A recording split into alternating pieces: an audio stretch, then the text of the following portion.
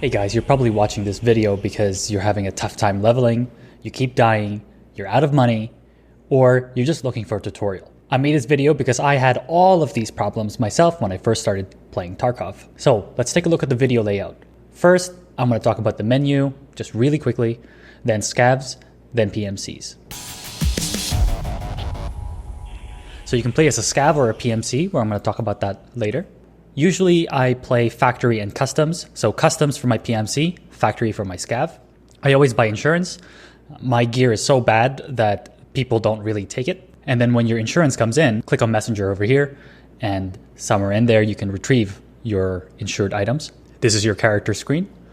Anything that you put in here actually goes into the game with you when you play PMC. You can buy and sell stuff to these people. They offer different prices. And then finally the quest. I suggest going through each trader and accepting all of their quests, and just in case you achieve some of them accidentally. And then there's the hideout, but it's kind of pointless for now, or at least in the early game. All right, let's talk about scavs. I use scavs to make money, and scavs, when you play as them, they have random equipment. Take a look at this guy's kit. They also spawn at a random time. Usually a match is 45 minutes long, and right now I only have 11 minutes left, and I just started the game. Other scavs won't shoot you, because they're NPCs, unless they are player scavs. They can shoot you if they want or not. Or, if you actually kill one of them, the rest of them will turn on you and kill you. The loot that you get from these scavs can be converted into money. That's what I typically use it for. Or, if I like the gun or the outfit that they have, I use it for my PMC, for my next PMC run.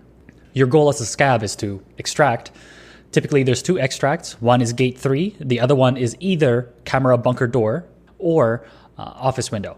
I find that going for camera bunker door and office gives me the highest survival rate. Your goal is to get in and get out. Literally get in and get out. Here's a clip of me for 40 seconds, the moment I start to the moment I get out. Right after spawning, looked at my extract, camera bunker. I'm already at the basement. This is pretty good, because I know the camera bunker is also in the basement, and you just make a dash for it. I'm trying to control my sprint so that I don't run out of sprint right out here in the open, so I walk, and now I'm gonna use up all of my sprint.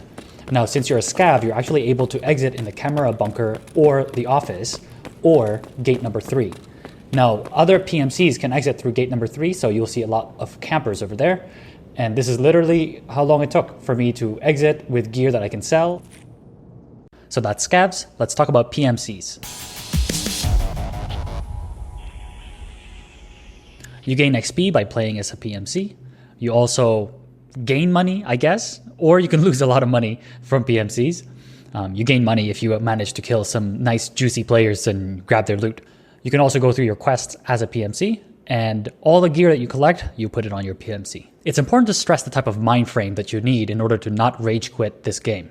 At some point, the game will have a wipe. Wipes remove the XP and the gear that you've accumulated, but not your knowledge. So for now, as you're leveling from 1 to 10, keep this in mind. Your goal is just to learn the game, not necessarily rage because you lost some cool gun. Now let's talk about the PMC foundations. This is something that I made up. I made it look like a triangle because each layer is built on top of each other. If you don't know the map or the extract, it's kind of pointless. You just enter and you're probably going to die. If you don't know how other players move around, you're also probably going to die. And then finally, fighting and quests. Let's walk through them one by one. Let's talk about pre-raid. So you can do an offline run. There's no risk and no reward. I typically do this once or twice, depending on whether or not I have a new map.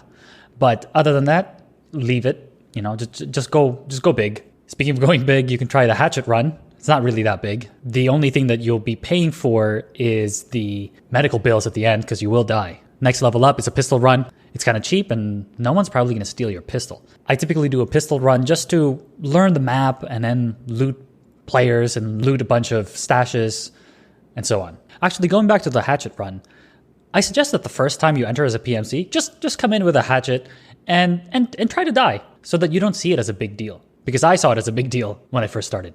All right, next is the armor run. At this point, you're able to kill scavs, so now you can actually justify putting in some armor, typically some vest and a helmet. and some pretty nice guns that you can actually afford to lose when you die. Last is a geared run. So at this point, you can actually burn some cash. You probably manage to get lucky and kill a juicy PMC, and then you're going to grab their gear and you're going to run in.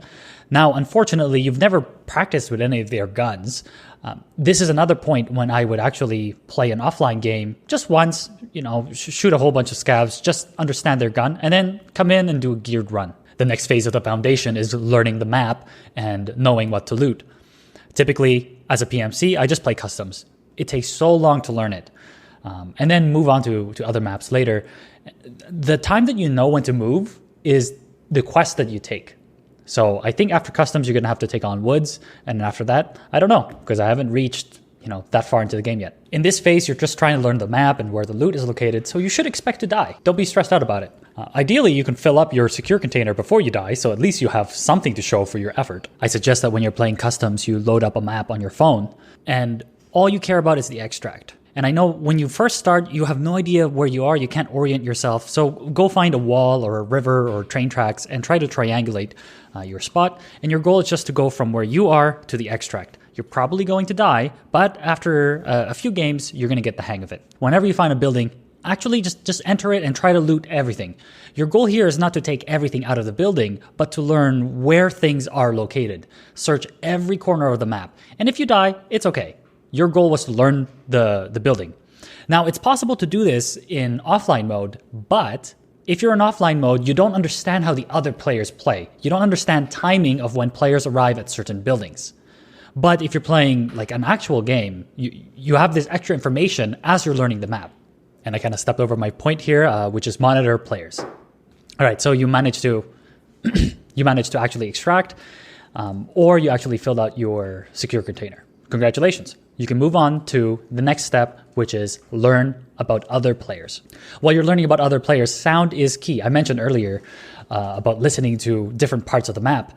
Well, that's what you're going to try to do right now as well. Also, you want to wear this earpiece. It's a little bit expensive, but if you've managed to do a whole bunch of scav runs, managed to extract with some loot, or if you have a big gamma container, you should be able to afford this earpiece. Now let's talk about spawns of other players. The moment I figured this stuff out, the game became easier for me. So for example, let's say you spawn on the top right over there in the railroad port. Well, everybody is across the yard. And because everybody's across the yard, if you're trying to do a quest in the middle of customs map, you know that you're safe to run across the bridge to your left. You can just sprint through. No one is around you. And then at some point, you need to realize that these players, they're going to fight in there. Some of them might die. But the rest, the ones that survive, they need to move across this map from left to right. This is the magic of customs. The other maps, they don't quite have this kind of cycle. You can also predict the fight. At some point, you just hear a lot of shooting from somewhere. Maybe you investigate it, and you got killed way too many times in this building over here. And finally, you're going to reach a point where you can actually predict your own death. I'm actually going to play a clip right now of me doing just that. No med kits, just Mosin Man. We are going to die extremely soon. Yeah.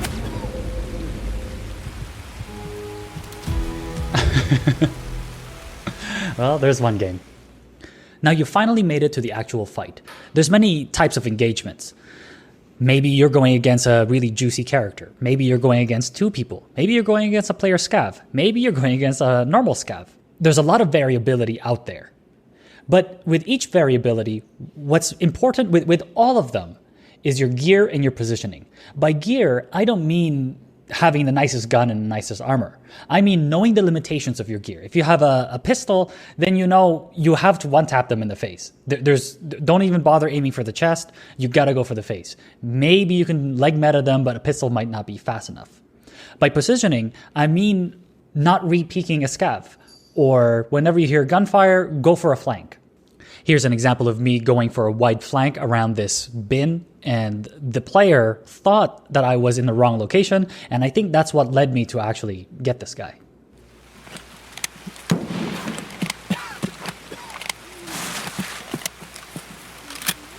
Reposition.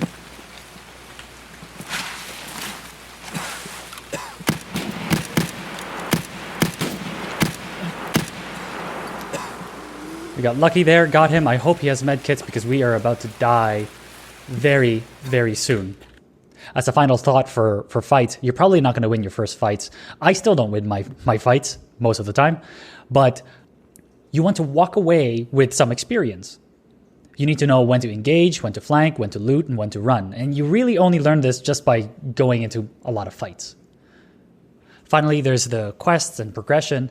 So you either enter and you try to kill people, or you enter to try to get your quests done, but there are people in the way. So now you finish your quest, or maybe you won in a fight and you want to extract. You should probably just slow down and think about the other players. You have to think, where are they right now? Let's go through an example. Suppose that you start here, you run across this bridge, you finish a quest over here, and you hear some fighting where that red skull is. After some time, you actually finish your quest, and then you hear some fighting on the top of the hill. Then you need to ask yourself, where are players right now, given the amount of time that I spent in the game? At this point, there's probably players pushing across the bridges, and there might be a fight coming up into the dorms really soon. So maybe the best place to go is down here. Now, this is very map dependent, and in order to learn the map, you actually just need to play a lot of games. Okay, so you know where the players are. This is the scenario that we had before. You need to predict the safest path, and as we mentioned, this is probably your safest path.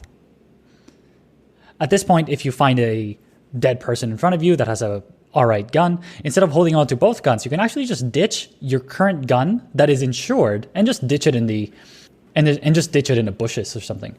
You're going to get it back later. And right before you extract, watch out for campers.